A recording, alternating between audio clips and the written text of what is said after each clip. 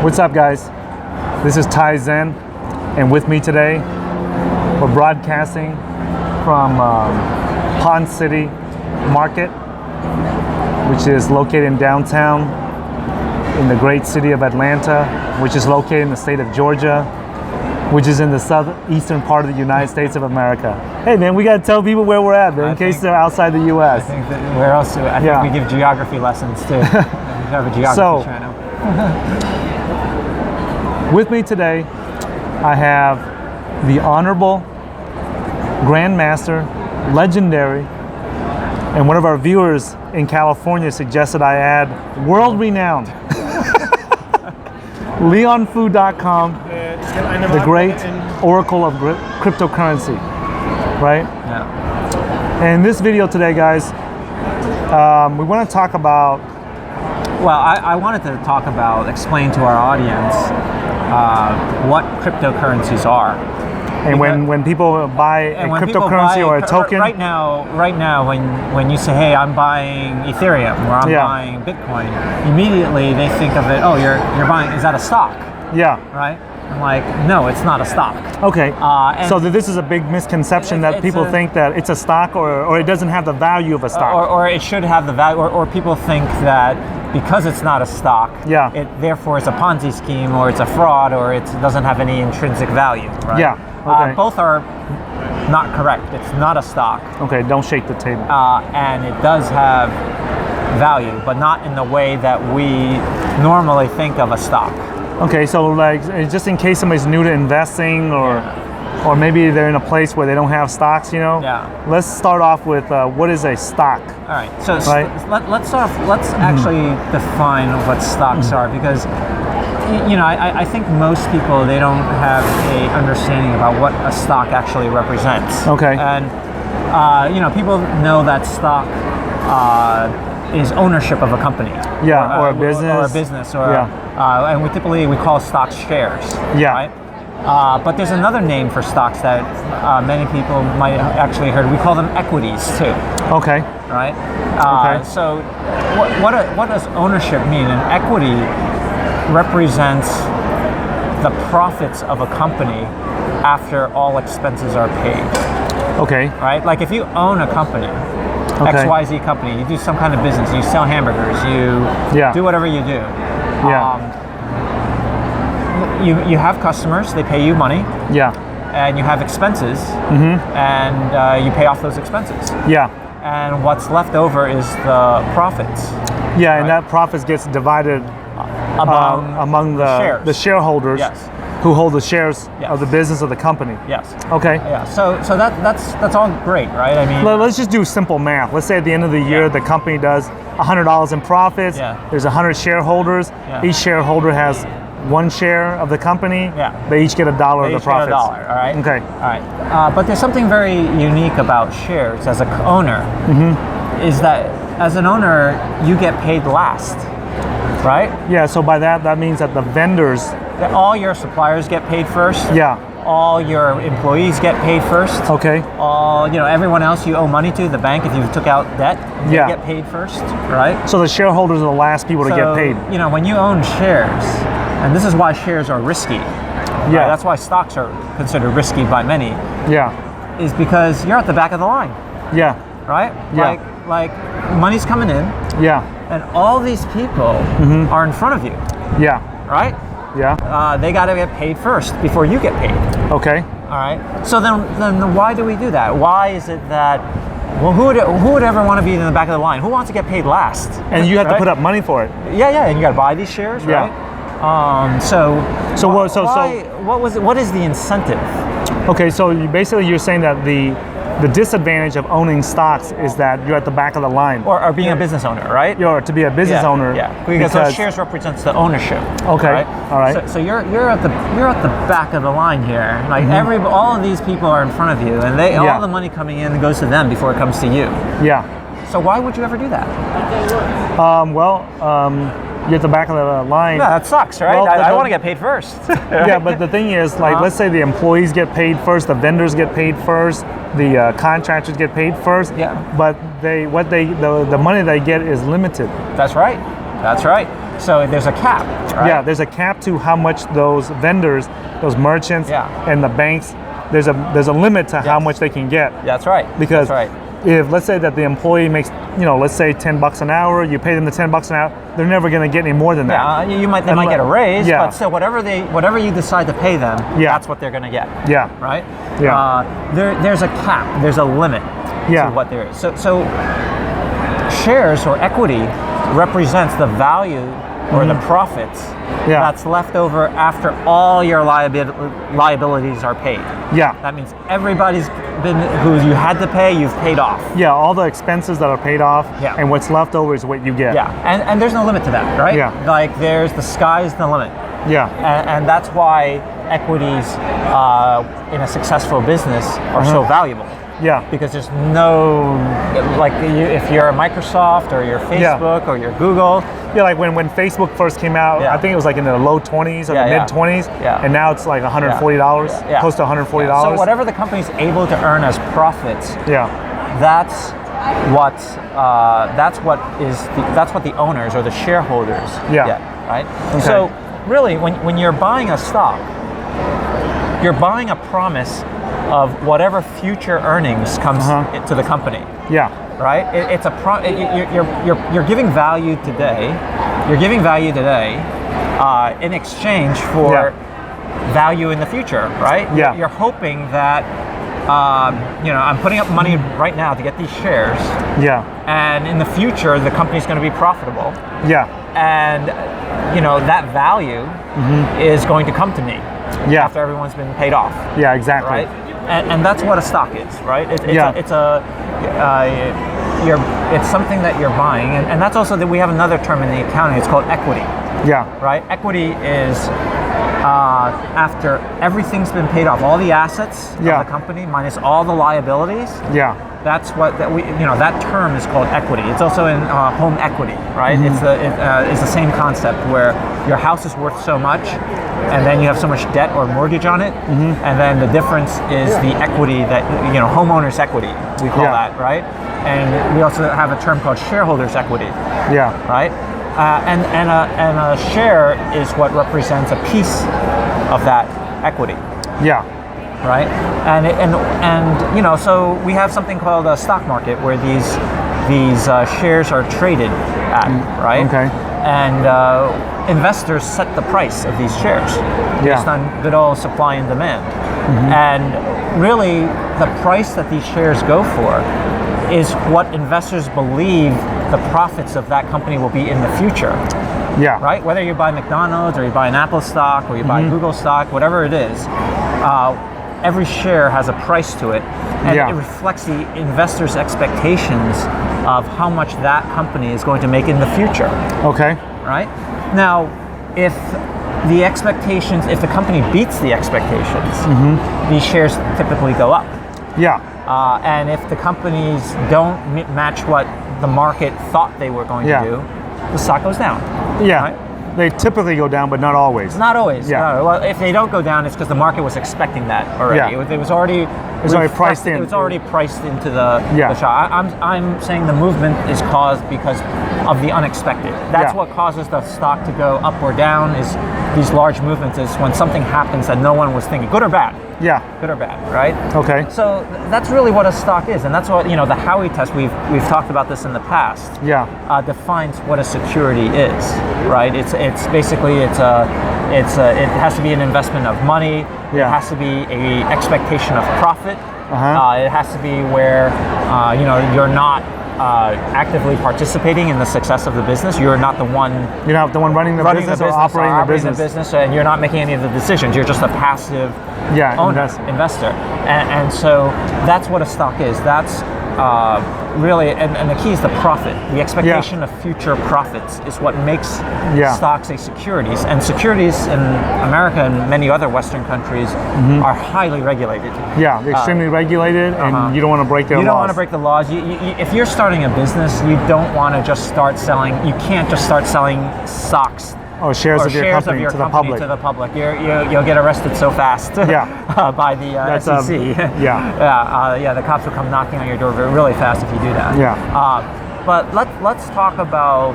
So I think that explains what a stock is. Okay. And we have. So now a lot of people, like some of our friends and colleagues and family members, they believe that investing in cryptocurrencies is the same as investing in stocks. Because it feels the same, right? Because it looks the same, it feels the same, it sounds the same. The only thing that's different is that it's called a cryptocurrency token instead of a share of a company. So you're getting a token of a network instead of a share of a company. Yes. Because a stock or a security is a promise to future profits. Right? There's most of these cryptocurrencies are not promising profits. None of them are. None of them are. If Bitcoin isn't promising profits, Ethereum's not promising any profits. The Dow did promise profits, so that's why we've mentioned where they could get in legal trouble. Okay.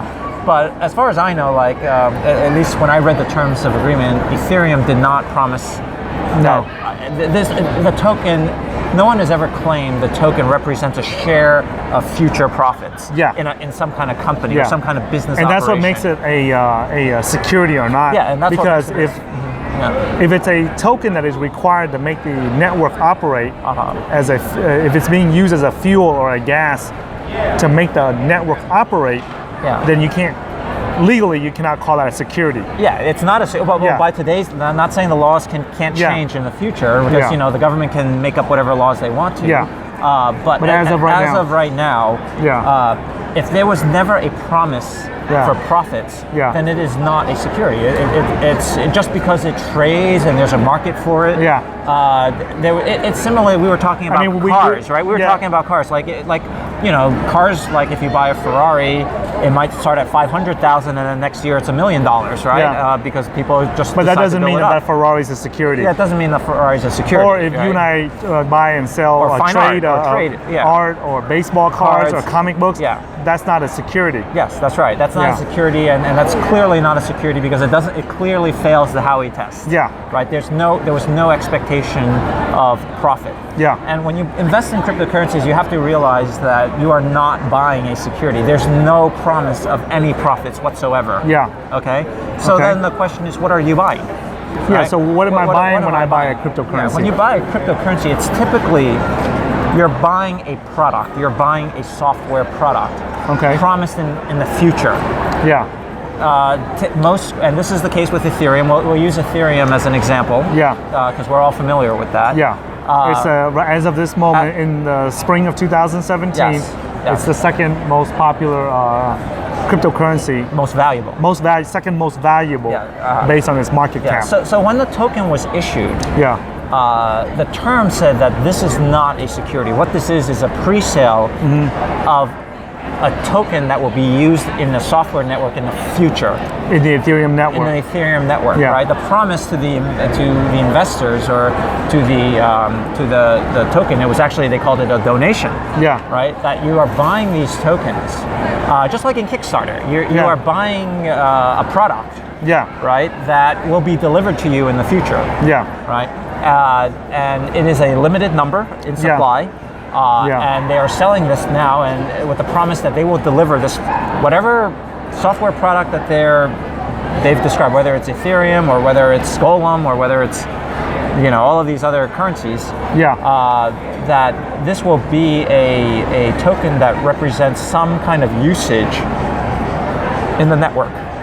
Okay. There was never any promise of future profits. Now, we're investors here. We know that. The way I look at this is that this is the price that these tokens are priced on the expectation of future usage of that software product. Just like stocks are traded based on the future expectations of profit. These tokens are traded on the future expectations of the usage of that product. Okay, so let's because there are no products. Let's use Ethereum for example. When it was first released during the initial coin offering or the ICO, it was valued at 30 cents. 30 cents. At 30 US cents. Yeah. Right. And last time we checked before making this video, it was like right around $50. $50, yes. Okay. Yes. So what you're saying is that the increase from 30 cents to $50, that is just a...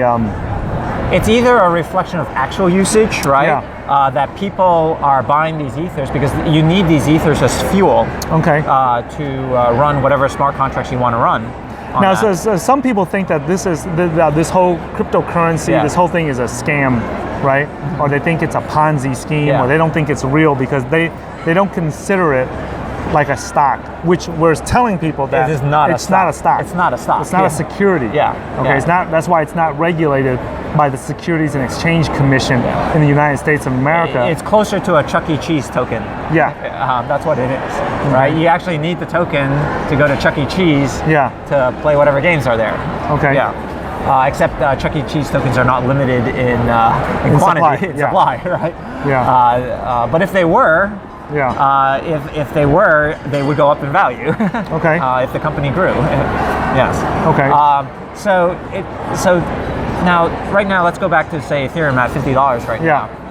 It represents one of two things, and I would say it's either the actual usage that there are people running smart contracts that I would say that's a non-speculative use. Like, hey, there's a smart contract I want to run on Ethereum, and I need to pay the gas for it, so therefore I need some ethers. Okay. All right. The other, but I think most of the value is speculative. Yeah. I think that's fair to say, where it's not the actual usage, but it's investors speculating on the future usage. Just like the same reason investors buy a stock. They're speculating on the future profits. What's going to happen in the future.